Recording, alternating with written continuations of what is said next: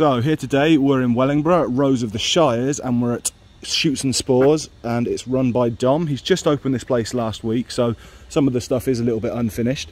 But we're at Nene in Wellingborough, so if you live in Northamptonshire or fancy a little journey and see how mushrooms are grown, here's a good place to start. What he's got is he's got a bank of 3 containers, only 2 are his, and they've been joined in the middle, and there's scope to expand. As you can see, there's a bit of a blank space over there, and there's scope for stuff to go on top, so he's pretty keen on that. So let's go see Dom and see how he's getting on. Dom, hi. How you doing? All right, mate. All right. So how's it going? Yeah, not too bad. Been trading for about a week now, have you? Yeah. Started on the 14th. Nice. Yeah, it's been alright. First day was really busy. A lot of interest. Did you have a big sort of launch party, did you? We, not particularly party, but yeah, we just made a bit of a thing on Facebook about it, really. Right, everyone interested. And you're pretty brave, because you couldn't have picked a worse time in history to start a business, let alone in Wellingborough, you know. Exactly. So it's all got a lot of things have gone in my favour, to be honest with you. Yeah. Not quite lucky, yeah. Okay. So what made you want to start this place? Obviously your Shoots and Spores, meaning obviously you're going to do spores, which are going to be the sort of fungal side, but obviously the shoots as well. Yeah. What are we talking there? Are we talking microgreens? Microgreens, yeah. Sprouts, etc.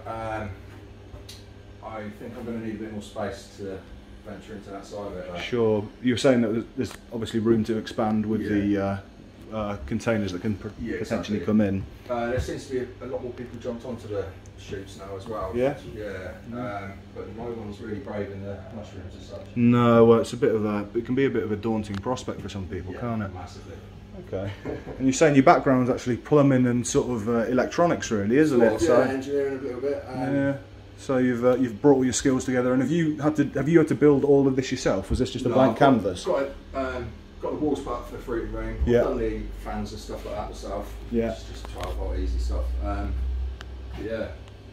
Okay. So got it built for me in a way. No, nice one. So we got some pinks up there. See some goldens poking their heads around behind there, and we just got some greys in as well. Yeah. And you've got some lion's mane, which are just on the back, just through there. And you're saying you're going to grow some what do you call it? Black trumpet or something? Yeah, black pearls. Black pearl, is that what they're called? Yeah, they're a cross between oyster and king. King, yeah, I've seen that. So yeah, they're supposed to be really Japanese strains, isn't it? I think so, yeah.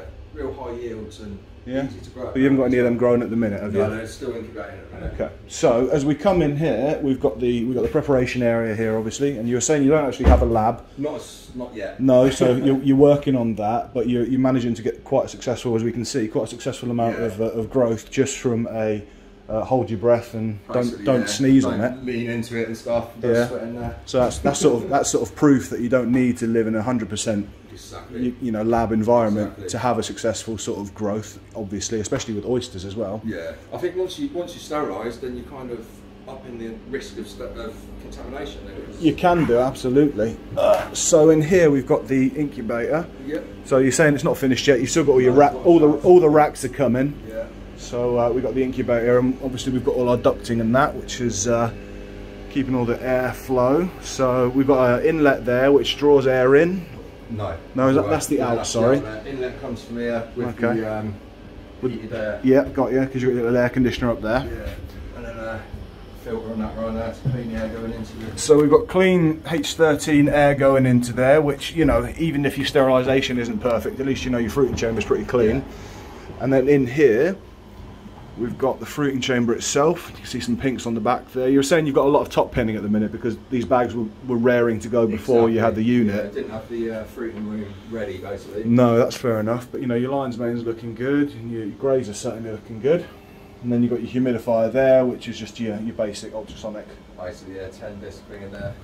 And you're running the Inkbird temperature and humidity controller, is that right? Yeah. Well, you know, I suppose your air's preconditioned anyway. Yeah. Before it goes in.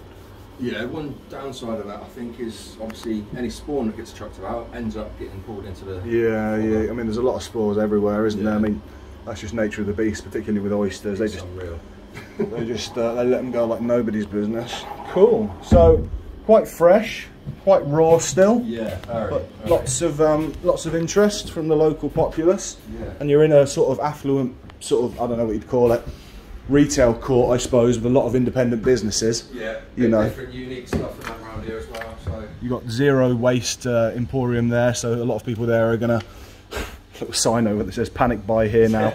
I like that. A lot of people with the same sort of ethics of, you know, fresh, organic, exactly, you know, food, locally grown, which is great.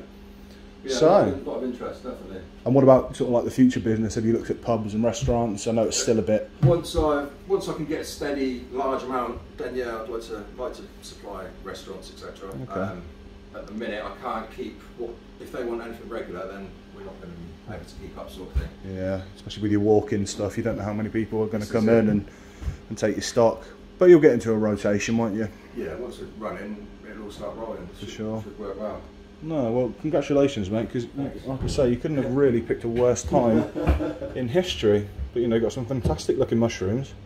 There's a lot of choice, you know, and as soon as you get your lab set up and as soon as you get your incubation and everything in a flow, I think you have an abundance in there, because you could easily get 4 or 5 times as much in there, couldn't you? Definitely. What I'm hoping with the blacks, I can top fruit them. So I'll be pushing the shells against the wall. Yeah. Maybe have the blacks at the back, top fruit, and then others at the front. So it just makes more room. Definitely, definitely. And so what sort of challenges have you found with not just setting up a business, but in particular a mushroom business? Because I know a lot of people are interested in doing it. Knowledge. Knowledge. Yeah, I've found people are helpful. A lot.